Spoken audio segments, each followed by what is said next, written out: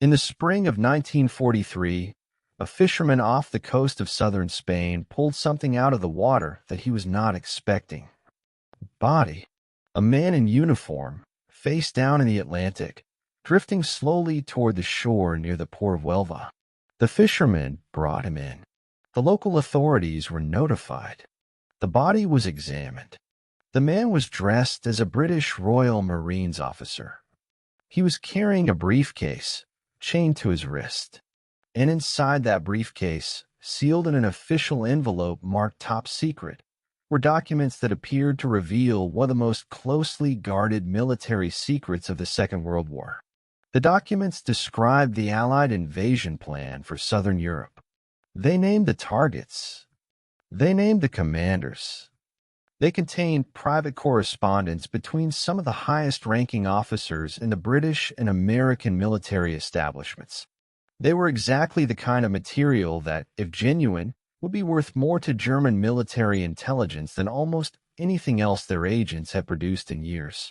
The Spanish authorities, in a country that was technically neutral but whose military and intelligence establishment was deeply sympathetic to Nazi Germany, did exactly what British intelligence had hoped they would do. They handed copies of everything to the German Abwehr. The Abwehr sent the copies to Berlin. The analysis teams in Berlin examined them with the thoroughness and the professional suspicion that their training demanded. They checked the documents against everything they knew. They looked for signs of forgery. They consulted experts.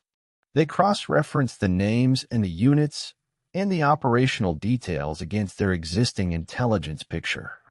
They concluded the documents were genuine.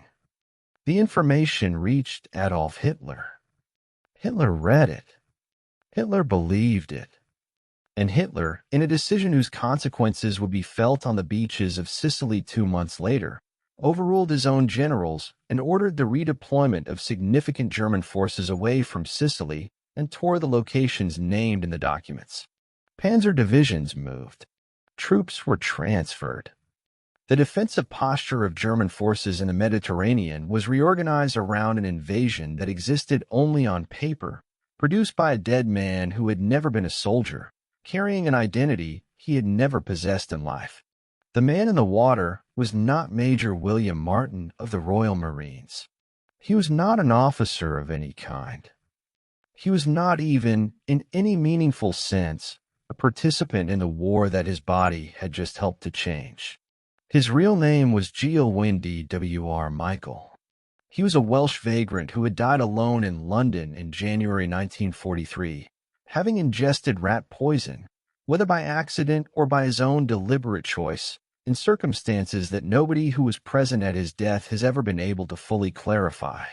He had no family who came forward to claim him.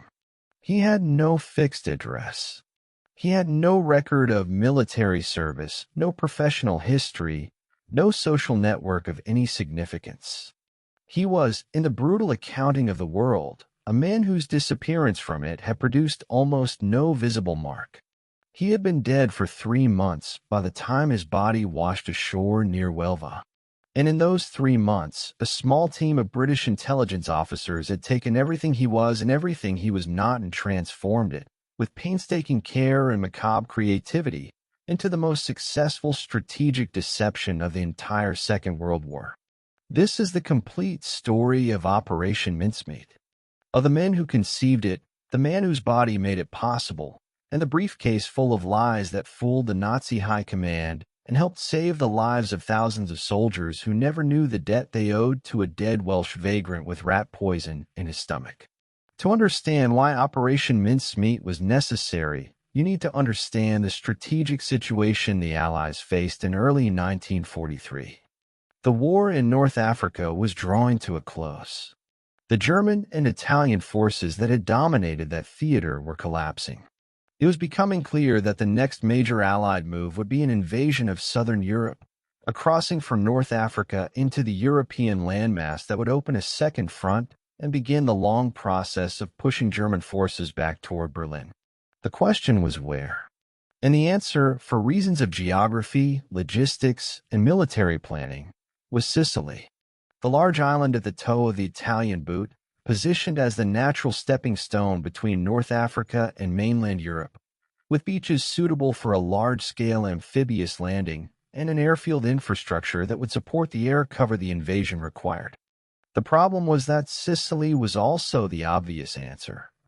It was the place that any competent military analyst looking at a map of the Mediterranean would identify as the most logical landing point. The Germans knew it. Their defenses in Sicily reflected that knowledge. If the Allied invasion landed on beaches that the German military had spent months fortifying in anticipation of exactly that attack, the casualties would be catastrophic. The beaches of Sicily were not Normandy, but the principle was the same. An opposed landing on a heavily defended shore was one of the bloodiest operations in the military repertoire. The Allies needed the Germans to be somewhere else when the landing happened, or at least to be uncertain enough about where the real landing was coming that they had divided their forces across multiple potential targets rather than concentrating them at the actual one. The operation that was designed to produce that uncertainty began with a memorandum written with characteristic British intelligence dryness that asked a simple question. What is the best way to pass false documents to the enemy in such a way that they will be believed? The memorandum noted that one established method was to allow documents to be found on a body that appeared to have died in an aircraft crash at sea, and that this method had been used successfully in earlier, smaller operations. The men who took that memorandum and turned it into reality were Ewan Montague, a barrister working for Naval Intelligence, and Charles Chumley, an MI5 officer. They made an unlikely pair. Montague was precise, legally trained, and acutely conscious of every detail that might cause a German analyst to question the authenticity of what he was constructing. Chumley was imaginative, willing to follow an idea into strange territory, comfortable with the inherent absurdity of what they were attempting. Together, they were exactly what the operation required. The first problem was the body. They needed a corpse. Specifically, they needed the corpse of a man who had died in a way that was consistent with drowning, or at least consistent enough that a Spanish pathologist conducting a routine autopsy would not identify anything that contradicted the story of an airman who had gone into the sea following a plane crash. This was a more demanding requirement than it might sound. The human body records the manner and cause of death with a specificity that forensic science can read with considerable accuracy, and a German intelligence service that doubted the authenticity of the documents would certainly commission its own medical analysis if the physical evidence on the body did not hold up. They found Joanda W.R. Michael through a pathologist named Bentley Purchase, the coroner for the Street Pancras area of London, who had jurisdiction over the body and who was persuaded to cooperate with the operation on the understanding that the dead man's identity would never be publicly disclosed. The requirement for secrecy around Michael's real identity was not simply operational caution. It was a condition attached to the use of his body by the authorities who authorized the operation. Someone somewhere in the official chain of permission had decided that whatever debt was owed to Joanda W.R. Michael for the use of his body could be discharged by ensuring that he was never publicly named as the man behind the uniform. His body was put on ice, literally, at a facility maintained at low temperature to slow decomposition, while Montague and Chumley built the identity that would surround it. The creation of Major William Martin is one of the most detailed exercises in fictional biography ever conducted outside the pages of a novel. The objective was not simply to produce a corpse in a uniform with some documents attached to it. The objective was to produce a person. A real, three-dimensional, psychologically plausible human being whose life and character could be inferred from the objects in his pockets, and whose presence on a Spanish beach following an apparent air crash would seem, to anyone examining the evidence with professional thoroughness, entirely natural and entirely credible. They gave him a name. William Martin. A rank acting major temporarily promoted from captain, a detail chosen because it was consistent with the operational documents in the briefcase, but also because the rank carried certain bureaucratic implications about his administrative status that would explain minor inconsistencies in his paperwork. They gave him a date of birth, a home address, a religion, a father in Wales. They obtained a genuine military identity card in his name, produced through official channels with a kind of institutional weight that no forgery could replicate. And then they filled his pockets. This is the element of Operation Mincemeat that has fascinated everyone who has studied it, because the care and the specificity of what went into those pockets speaks to a level of intelligence tradecraft that was genuinely extraordinary. A photograph of his fiancée, a woman called Pam, whose photograph was actually that of an MI5 clerk named Jean Leslie, who had agreed to participate. 2 love letters from Pam, written in the voice of a young woman deeply in love, anxious about her officer's departure, full of the specific emotional texture of a wartime relationship. A letter from his father, written in the awkward, slightly formal manner of an older man writing to an adult son with whom his relationship is warm but not entirely comfortable. A bill from his tailor. A receipt for an engagement ring he had recently purchased for Pam. Ticket stubs for a London theater performance. A bank statement showing a modest overdraft of the kind that a young officer on military pay with a fiancée to impress might typically carry. A letter from his bank about the overdraft, written in the tone of mild institutional disapproval that British bank managers deployed toward junior clients in 1943. Every one of these objects told a story. Together they told the story of a specific man at a specific moment in his life, carrying the weight of a relationship and a set of financial pressures and a sense of the future that was simultaneously hopeful and uncertain in exactly the way that the future felt to young officers in 1943. An analyst examining the contents of William Martin's pockets would not find the clinical emptiness of a fabricated identity. They would find the accumulated texture of a life. The documents in the briefcase were constructed with equal care, but at considerably higher strategic stakes. The centerpiece was a personal letter from Lieutenant General Archibald Nye, the Vice Chief of the Imperial General Staff, to General Harold Alexander, one of the most senior British commanders in the Mediterranean theater. The letter was written in the relaxed, slightly informal register of 2 senior officers who knew each other well, discussing operational matters with the casual confidence of men who assumed the communication was secure. In the course of that discussion, the letter made clear that the Allied invasion of southern Europe would target not Sicily but Greece, specifically the area around Kalamata and Sardinia. Sicily was mentioned, but dismissed as a cover target, a deception designed to mislead the enemy, while the real blow fell elsewhere. The letter also referenced a second operation, codenamed Husky, in a way that suggested Husky was the Sardinia landing rather than the Sicilian one. This was deliberate misdirection of considerable sophistication. If German analysts found the references to Husky in the letter, and connected them to intelligence they had gathered through other means about an operation of that name, they would now associate Husky with Sardinia rather than Sicily. The letter was, in other words, not simply pointing in the wrong direction.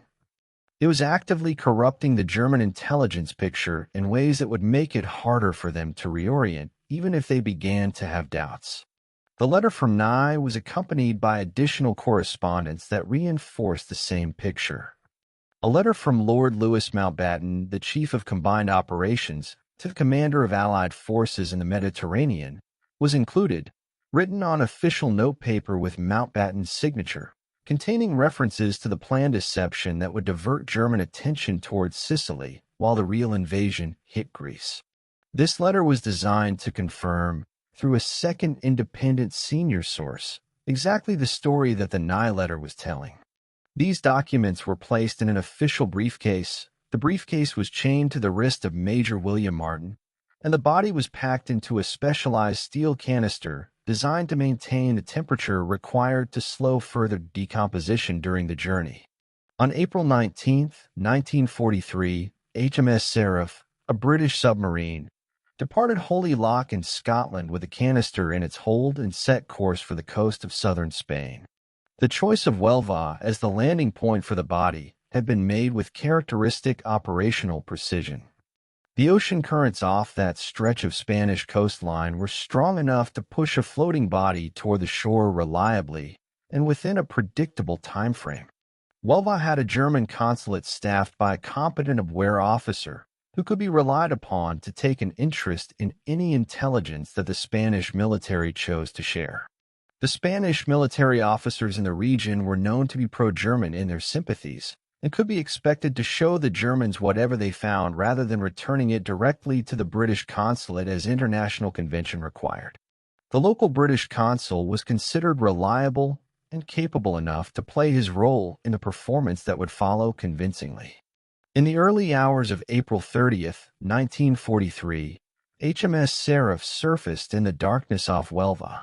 The canister was brought to the deck. The body of Johann V.R. Michael, dressed as Major William Martin, briefcase chained to his wrist, was placed in the water. The submarine submerged and moved away. Later that morning, a Spanish sardine fisherman found the body drifting offshore and brought it into Huelva.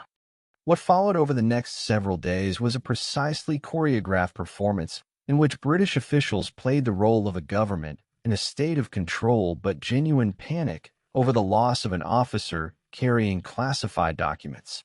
The British consul in Huelva contacted the Spanish authorities and requested the immediate return of all documents found on a body. The request was made with sufficient urgency to signal that the documents were important without being so frantic as to make the Spanish suspicious. The Spanish agreed to return everything, but the delay before they did so was long enough for copies to have been made and passed to the Abwehr officer in town, which was precisely what had been intended. The copies moved quickly through the German intelligence system. From the Abwehr officer in Huelva to the German embassy in Madrid. From Madrid to Berlin. In Berlin, they were subjected to the full analytical process of the Abwehr's document examination unit, including close physical inspection of the paper, the typeface, the ink, the seals, and every other technical element that might indicate forgery. The analysis found nothing. The documents appeared genuine in every respect.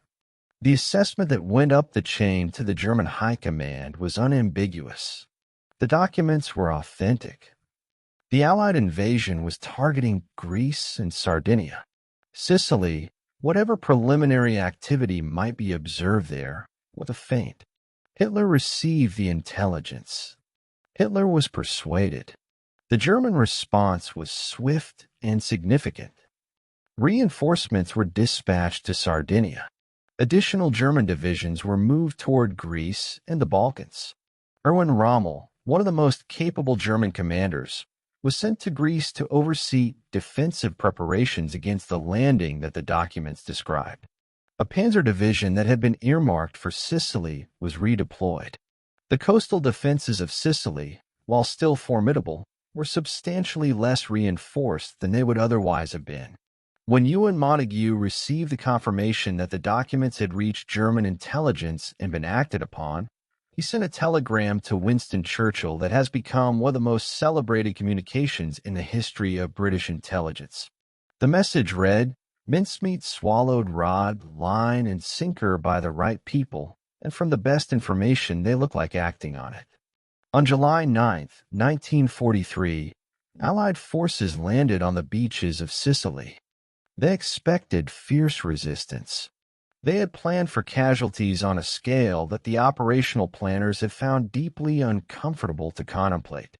The forces committed to Operation Husky, the real Operation Husky, the Sicilian invasion, were some of the best available in the Allied arsenal, and their commanders had prepared for a landing against an enemy that had every reason to expect them.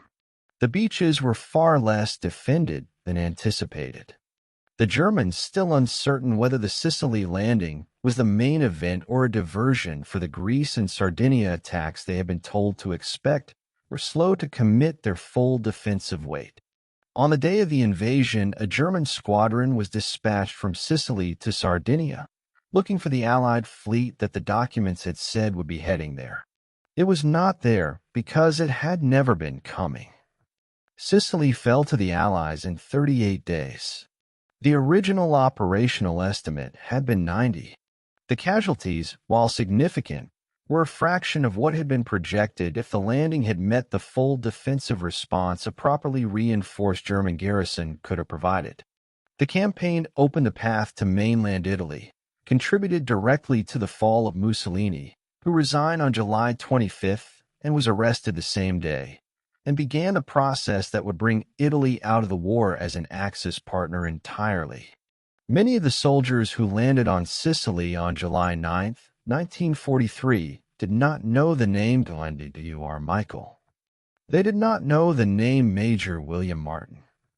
They did not know that somewhere in a cemetery in Huelva, Spain, a body lay in a grave marked with a name that was not its own, under a headstone that read, William Martin, born March 29, 1907, died April 24, 1943, beloved son of John W.R. Martin and the late Antonia Martin of Cardiff, Wales.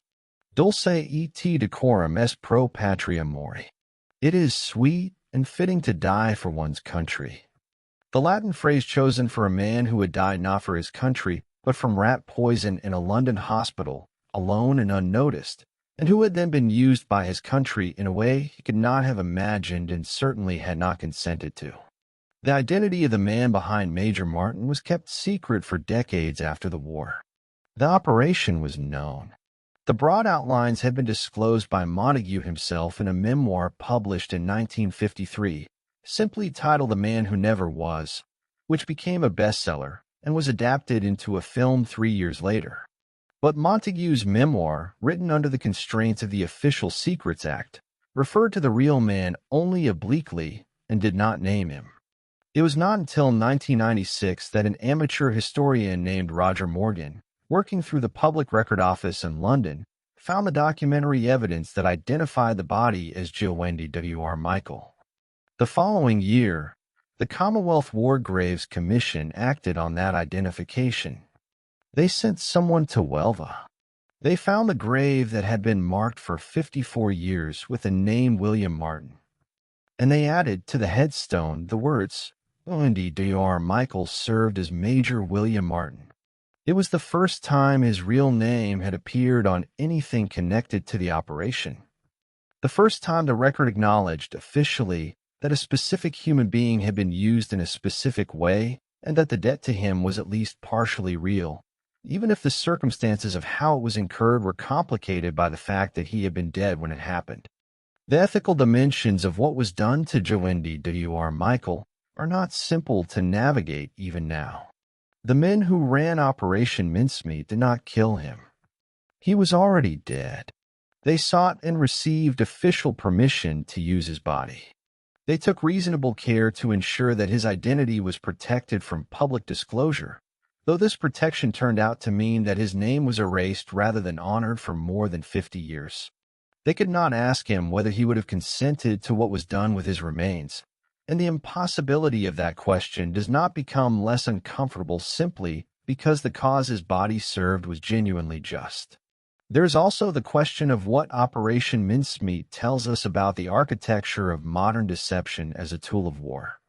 Winston Churchill famously said that in wartime, truth is so precious that she should always be attended by a bodyguard of lies. The bodyguard of lies around Operation Husky was Major William Martin and the body of Joanna W.R. Michael and the briefcase of fabricated correspondence and the 2 love letters from a woman who did not exist and the bank statement showing a modest overdraft and the theater ticket stubs, and every other carefully chosen object that together created the texture of a life convincing enough to fool the most sophisticated intelligence service in the world. The techniques developed and refined in the planning and execution of Operation Mincemeat did not disappear when the war ended. They became part of the foundational curriculum of every serious intelligence agency that studied the history of the Second World War and drew operational lessons from it. The concept of using human-seeming detail to make strategic deception credible, of building a fiction so specific and so internally consistent that professional analysts would find no gap to exploit, of choosing the channel through which false information would travel with as much care as you chose the information itself, these are principles that intelligence agencies in 2026 still study and still apply. The man who never was is buried in a cemetery in Huelva in southern Spain. His grave now carries both names, the one that helped end a war and the one that belonged to him. Visitors who know the story go there sometimes and stand at the headstone and think about what it means that a man who died alone and unnoticed in a London hospital in January 1943 was carried by a British submarine to the coast of Spain 3 months later and washed ashore carrying secrets that changed the course of history. He never knew any of it. He was dead before any of it was decided. He did not choose his role, and he could not have refused it. He was simply the right body, in the right place, at the right moment, for people who had no other option and were trying to save thousands of lives with whatever they had available. Whether that is a story about ingenuity or about the terrible arithmetic of wartime, in which the dead are still considered available resources, depends on where you stand when you read it. The grave in Huelva does not resolve that question. It simply marks the place where a man named Michael lies, under a name that was not his, in a country he never visited while alive, having achieved in death something that the people who planned the most consequential military deception of the 20th century could never have managed without him. Leave a comment below. Tell me what you think about the ethics of Operation Mincemeat. Tell me whether you think the use of GLNDWR Michael's body was justified by what it achieved. This is one of those stories where the history is settled, but the moral question underneath it is still genuinely open. And I want to know where you land. Subscribe right now so you never miss the next story. Because the Second World War is full of operations like this one. Hidden things, impossible things, things that should not have worked and did. And most of them have never been told properly.